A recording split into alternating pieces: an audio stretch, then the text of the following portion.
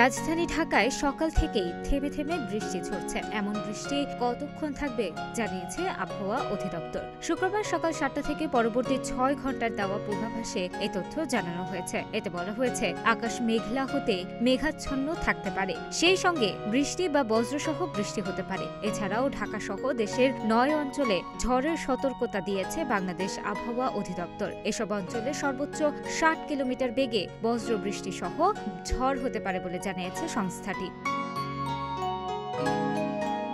আবহাওয়া অফিস জানায়, দুপুর ১টার মধ্যে ঢাকা, ফরিদপুর, খুলনা, বরিশাল, পটুয়াখালী, নোয়াখালী, কুমিল্লা, চট্টগ্রাম এবং কক্সবাজার অঞ্চলসমূহের উপর দিয়ে দক্ষিণ দক্ষিণ-পূর্ব দিক থেকে ঘণ্টায় ৪৫ থেকে ৬০ কিলোমিটার বেগে অস্থায়ীভাবে দমকা ঝোড়ো হাওয়া সহ বৃষ্টি অথবা বজ্রবৃষ্টি হতে পারে। এসব এলাকার নদী বন্দর সমূহকে ১ নম্বর সতর্ক সংকেত দেখাতে বলা হয়েছে।